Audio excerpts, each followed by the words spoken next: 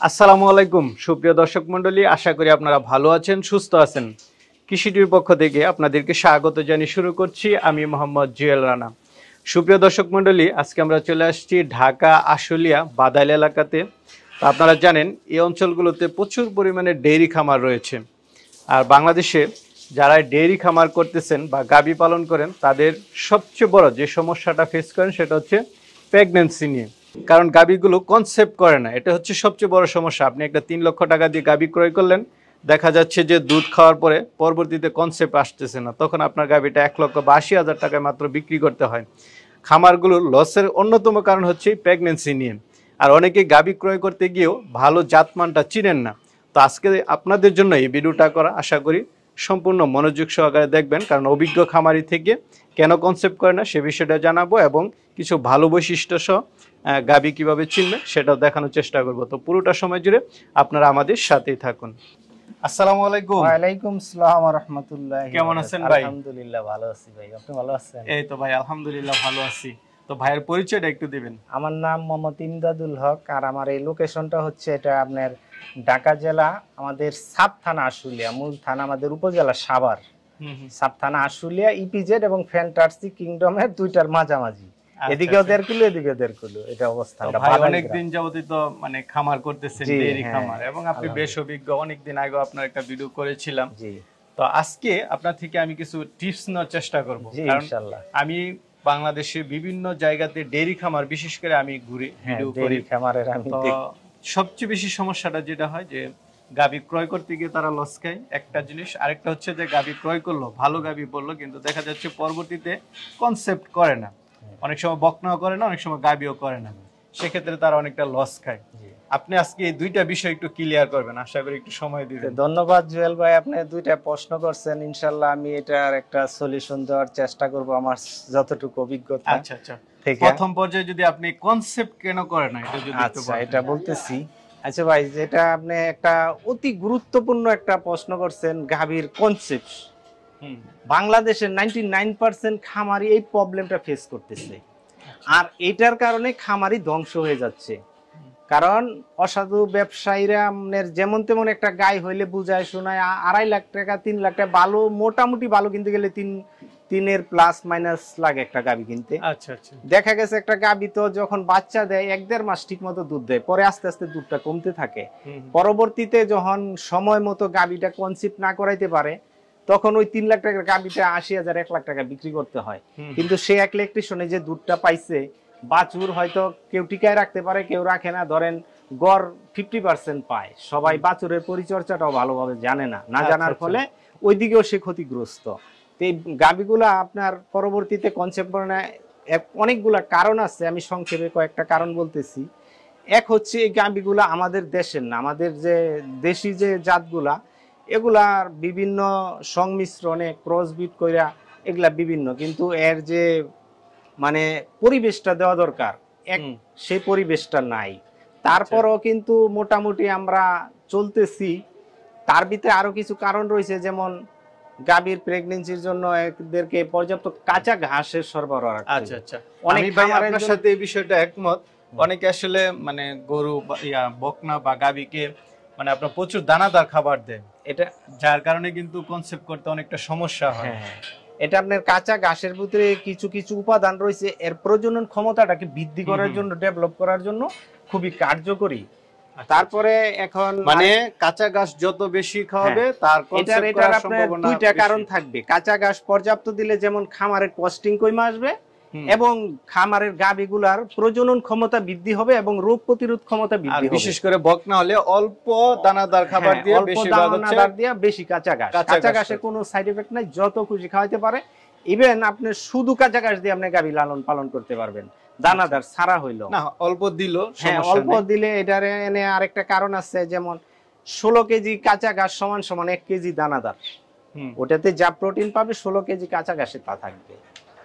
আরেকটা কথা আমি বলতে চাচ্ছি, যেমন আমাদের দেশে গাভী কিনা প্রতারিত হয় না এমন কনসেপ্টের বিষয় আর কোন আছে? কনসেপ্টের বিষয়টা বলতেছি। এখন এটার দুইটা অপশন থাকে। একটা হলো ন্যাচারাল ভাবে এর প্রজনন ক্ষমতাটা কিভাবে ঠিক রাখবো, আর যদি সেই ক্ষেত্রে ফেল করে তাহলে এটার একটা কৃত্রিম একটা উপায় আছে। যদি কোনো খামারি ভাই এই ব্যাপারে আমার সহযোগিতা চান, স্ক্রিনে আমার নাম্বার দেওয়া থাকবে। এটাকে গাভীটাকে আমরা এই ডাক্তারি ভাষায়, আমি আসলে প্রাতিষ্ঠানিক কোনো প্রশিক্ষণ নাই, এটাকে ডাক্তারি ভাষায় স্টার সিনক্রোনাইজেশন বলে। আপনার গাভী যদি হিট আসে, বীজ দিলে কনসেপ্ট করে না, কত গাভী একদম হিটেই আসে না, ওই গাভীগুলার একটা হরমোনাল ট্রিটমেন্ট আছে। এটা যদি দেওয়া হয় মাশাআল্লাহ 100-90% কাজ করবে। ওইভাবে কাজ করে, হ্যাঁ কাজ করা যায়। তাছাড়া এটা যদি কেউ এরকম, অনেক খামারি দেখা গেছে কোটি কোটি টাকা লস করছে, গাভী 3 লাখ 4 লাখ টাকা কিনে আনছে, বাছুর সহ দুধ খাইছে, পরবর্তী তার কনসেপ্ট করাইতে পারে না। আচ্ছা, এটা আপনি সহযোগিতা করবেন ইনশাআল্লাহ। এটা যাদের যদি সমস্যা হয় তারা আপনার গাভী হিট আসে না এবং হিট আসলে বীজ দিলে কনসেপ্ট করে না, এরকম সমস্যার সম্মুখীন কেউ হইলে স্ক্রিনে আমার নাম্বার দেওয়া আছে, যোগাযোগ করবেন, ইনশাআল্লাহ আমি এটার একটা সলিউশন দেওয়ার চেষ্টা করব। আমি যদি ভুল না করে থাকি, অনেক সময় দেখা যাচ্ছে যে একটা গাভী হিটে আসছে, এটা খামারি বুঝতেছে না, তখন তার হিটটা যখন তার যে সময়টা, ওই সময়টা চলে গেলে তারপরে বীজ দিলে ওই বীজটা রাখে না। এটা একটা গুরুত্বপূর্ণ বিষয়। আপনার এই গাভীটার বীজ দেওয়ার একটা সঠিক টাইম আছে, এই টাইমটা আপনার যদি মেনটেন না করতে পারেন তাহলে গাভী বাচ্চা কনসেপ্ট করবে না। তো অদক্ষ, যেমন আপনার গরুর রাখাল যদি 100 বছরও সে রাখালি করে, হ্যার মানে বিন্দু একবারে সামথিং যে বিষয়টা গরুর এরা এইটাও জানে না, কিন্তু মুখে বলে আমি 20 বছর গরুর খামারের সাথে জড়িত। এই বিষয়টা কি গুরুত্বপূর্ণ সহকারে জানা জরুরি? হ্যাঁ জানা জরুরি। যেমন সাধারণ যে আপনার হিটে আসার কত ঘন্টার ভিতরে তার বীজ দেওয়া উচিত? আপনার গাভীগুলা হিটে আসার মোটামুটি 16 ঘন্টার পর থেকে 24 ঘন্টার ভিতরে দিলে একটা পারফেক্ট টাইম। আর কত কত গাভী আছে হিটের লংজিভিটিটা একটু বেশি থাকে, সেই ক্ষেত্রে দেখা গেছে আজকে সন্ধ্যায় আসছে, কালকে আপনি সকালে দিলে হবে, বা বিকালে দেখছেন এটা সকালে দেখছেন, বিকালে দিলে হয়তো টাইমটা বেশি শর্ট হয়ে যায়, ওটা পরের দিন দিলে কিছু কিছু গাভী রাখে, কিছু গাভী রাখে না। আর সেই ক্ষেত্রেই হলো এই পদ্ধতিটা অ্যাপ্লিকেশন করা। আপনার বাজারে বিভিন্ন ধরনের হরমোন আছে, যেমন আপনার হিট লাগবে না, আজকে প্রথম দিন একটা হরমোন দিলেন 5 মিলি, যেমন বাজারে বিভিন্ন কোম্পানির কোলোরন আছে, ফার্টিলন আছে, ফার্টাজাইল আছে, অপোবুস্ট আছে, এই যে কোনো একটা হরমোন আজকে দিলেন, ঠিক 7 দিন পর একটা হরমোন দিবেন, আবার 9 দিন পর একটা হরমোন দিবেন, ঠিক 11 দিনের মাথায় ইনসেমিনেশন করবেন। আর কোনো হিট আসুক চাই না আসুক, এই পদ্ধতিটা দিলে গাভীর রিংগুলা সব ওপেন হয়ে যাবে, আপনি বীজ দিলে 100 কার্যকরী হবে, তখন আর আপনার সময়ের জন্য অপেক্ষা করতে হবে না। আচ্ছা, তাহলে আমাদের 2-3টা বিষয় মাথায় রাখতে হবে। একটা হচ্ছে কাঁচা ঘাস গাভীর জন্য খোলামেলা উন্মুক্ত পরিবেশ, ভালো একটা পরিবেশ। তারপরে হচ্ছে যে হিটে আসার সময়গুলো টাইমটা মেইনটেইন করা। আচ্ছা, তারপরে যদি না হয় তারপরে না হইলে এটার জন্য আসে একটা হরমোনাল পদ্ধতি আছে, এটা হলো শেষ গুরুত্বপূর্ণ কিছু আলোচনা করেছেন। আরেকটা বিষয় হচ্ছে যে গাভী কিনতে গিয়ে অনেকে লস খায়, এটা থেকে বাঁচার উপায়টা কি? গাভী কিনতে গিয়ে অনেকে লস খায়, আবেগের বশবর্তী হয়ে খামারের জন্য উদ্যোগী হয়, ঠিক আছে।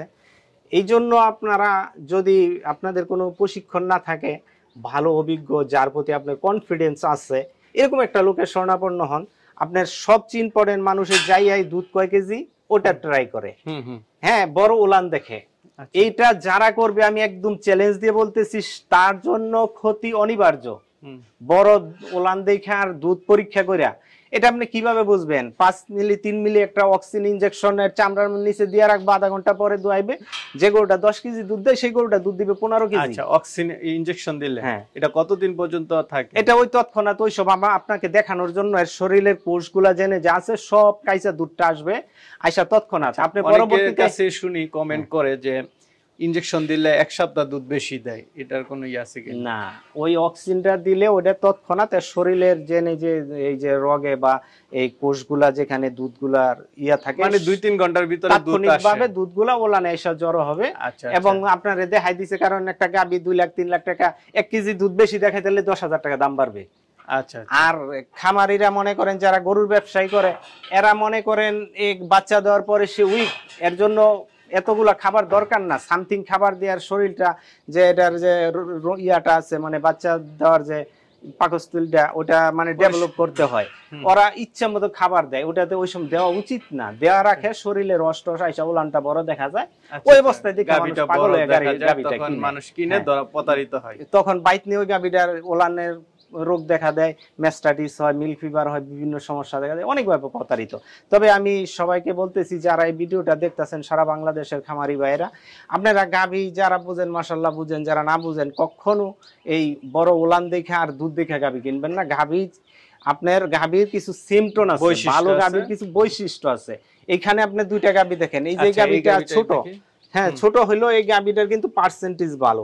পার্সেন্টেজ ভালো বলতে দেখেন ঠ্যাঙ্গু লাটো সাটো, দেখেন এটার এই শিরদাঁড়াটা স্ট্রেট, লেজটা ছোট, পিছন দিকটা একদম চিকন, চামড়াটা একদম ঢিল, মাথাটা যেমন কানগুলা ছোট, মানে ভালো গাভীর এই যে একটা বৈশিষ্ট্য। এই যে এই গাভীটা দেখতেছেন পাশেই আছে, এই গাভীটা একটা ক্রস বিট, শাইওয়ালের সাথে ফিজিয়ান ক্রস। দেখেন এটার দাঁড়াটা কিন্তু সোজা নাই, ওদিকে গিয়া বাঁকানো আছে, হ্যাঁ এটা গলাতে গলকম্বল রয়েছে, তারপরে নিচেতে নাভি রয়েছে, এটা লেজটা দেখেন অনেক বড়। এটা বড় হলেই হবে না, এটা তো বড়, এটা কি দুধ বেশি দেয় না ছোটটা বেশি দেয়? ছোটটা বেশি দেয়, এটার জাতমান ভালো। আচ্ছা আচ্ছা, দর্শক বন্ধুরা একদম প্রমাণ সহ, যদি আপনার থেকে এই ক্ষেত্রে কেউ হেল্প নিতে চায় আপনি হেল্প? হ্যাঁ ইনশাআল্লাহ, সারা বাংলাদেশের আমরা মিডল পয়েন্টে আছি। বাংলাদেশের ধরতে গেলে এটা আমাদের চারপাশে আশেপাশে সব দিকে জেলা আছে, আমরা মিডলে। যদি এই ব্যাপারে কেউ কোনো সহযোগিতা চান ইনশাআল্লাহ ভালো গাবি আমি কালেকশন করে দিতে পারবো এবং ভালো সার বাচ্চা ইনশাআল্লাহ। যদি সারা গাবি অনেক খামারে 10টা 20টা করে গাবি একবারে কসাইয়ের কাছে বিক্রি করতেছে, এই গাবিগুলো আপনারা না বিক্রি করে অন্তত একবার আমার সাথে যোগাযোগ করেন ইনশাআল্লাহ। 10টা গাবি থেকে আমি 7টা গাবি হলো কনসেপ্ট করে দিতে পারবো, এইটুকু আশাবাদী। ঠিক আছে ইমদাদ ভাই, ভালো থাকবেন। আসসালামু আলাইকুম। ইনশাআল্লাহ আপনাদের